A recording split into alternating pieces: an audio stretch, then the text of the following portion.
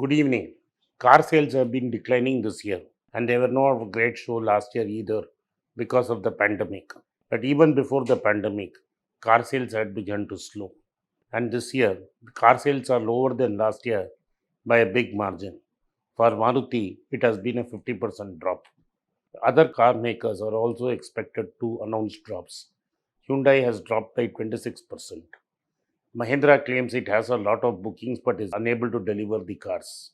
And Tata Motors seems to be the only company which has managed to grow because its base was very low. And for the first time since 2016, the company has managed to get 10% of its market share. The biggest problem in buying a car is arranging finance. If finance were available, more people would have bought cars.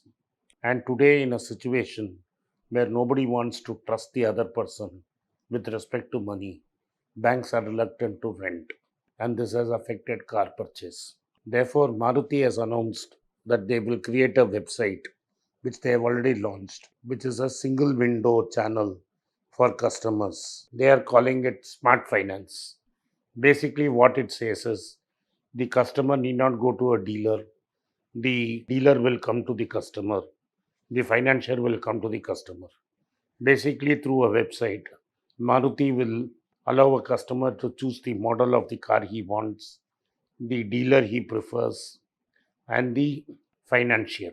And Maruti claims that they have had huge success with this. I know of a Hyundai dealer who lives near a tier 2 city in Tamil Nadu. He says the biggest problem he is facing is bankers are unwilling to lend, and especially unwilling to lend to people who do not have regular sources of income, like contractors, traders, businessmen, because the bank is not able to assess how much impact COVID had in their business and therefore does not want to take the risk. Maruti is hoping that all financiers will be part of this website, and one of these financiers will manage to buy a car. One of these financiers will help a customer manage a car.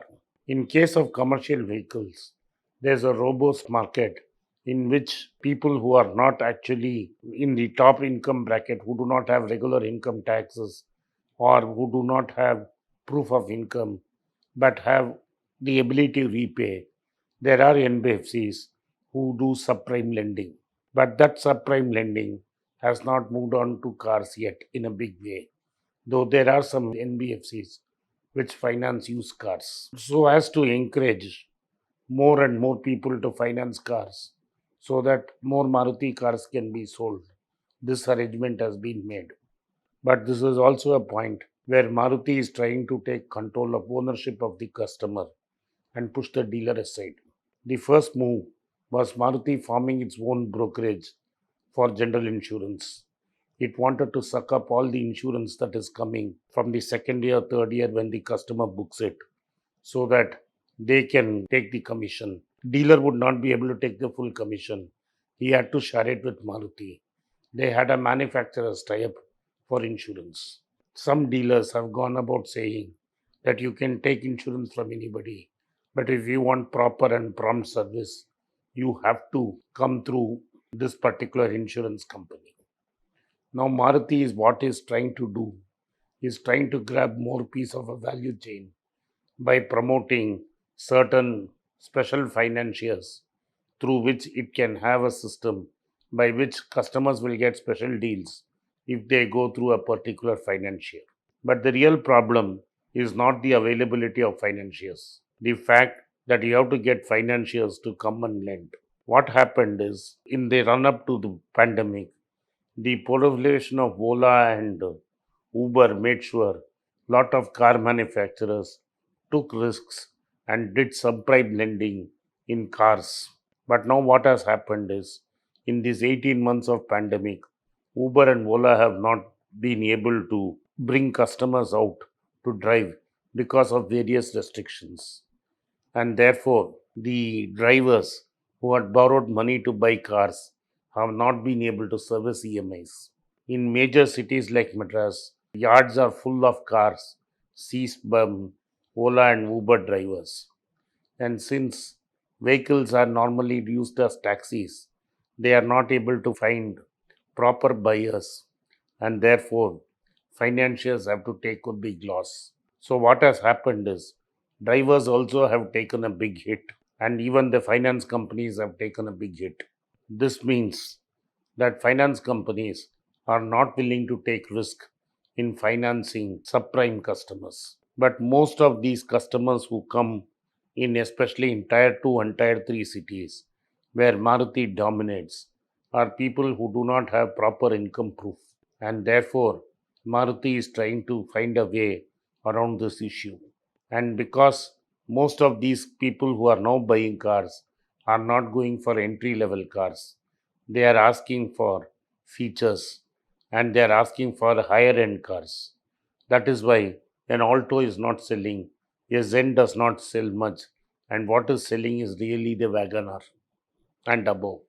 This puts Maruti at a big disadvantage because Hyundai and Tata Motors will be able to compete in these segments on price. In fact, Tata Motors has launched a new vehicle today called Punch, which is available at a disruptive price point and is actually more roomy than Desire and directly is going to compete with Maruti's mainstay, the Desire. The advantage that a company like Tata Motors has is that they also have an in house financing company which can do a bit of subprime lending if need be. Maruti really does not need a platform. What Maruti needs is a finance subsidiary which can lend to its customers if banks are not willing to lend and customers meet the lending standard. However, this website is a first step in this direction, in which Maruti has taken baby steps in arranging finance for its customer. So far, Maruti took the whole thing for granted, saying we are the market leaders. Customers have to come to us. Therefore, it's the responsibility of the customer to go and find the financier. The slowdown and the pandemic and the inability of financiers to take risk has pushed Maruti to a point where it says that at least we will play the role of a facilitator, and this is not enough. If Maruti wants to sell cars in premium segment, they will sooner or later have to launch their own finance company. Thank you for watching. Be Rich. It's a great privilege and honor that so many of you in thousands have subscribed to my channel and have supported me. I have written 2 books in English, The Alchemy of Money and Ordinary Stocks, Extraordinary Profits. These books are published by us and are ready. If you want to procure a copy, send us a message to the WhatsApp number given below and my team would respond to you. If you want an Amazon Kindle copy, you can click the link below. Finally, those who wish to consult with me can send a mail to berichenglish@gmail.com. Once again, I thank you for your support. If you like this video, press the subscribe button of my channel, hit the like button and turn on the bell notification. नमस्कार, मेरा नाम आनंद श्रीनिवासन है और मैं एक personal finance consultant हूँ। मैं 2 YouTube channel चलाता हूँ पर्सनल फाइनेंस के बारे में। एक मनी पेज तमिल में है। मेरे बहुत से दोस्त बोले कि मैं हिंदी में एक चैनल शुरू करूं, तो मैंने एक पैसा बोलता है नाम का एक हिंदी चैनल शुरू किया है। मैं पर्सनल निवेश के बारे में ही बात करूंगा। आप उसको सब्सक्राइब करें, अपने दोस्तों को शेयर करें। अगर आप हिंदी नहीं जानते हैं तो पैसा करें। जो आपके दोस्त हिंदी जानते हैं उनको सब्सक्राइब करने के लिए आग्रह करें। धन्यवाद। नमस्कार।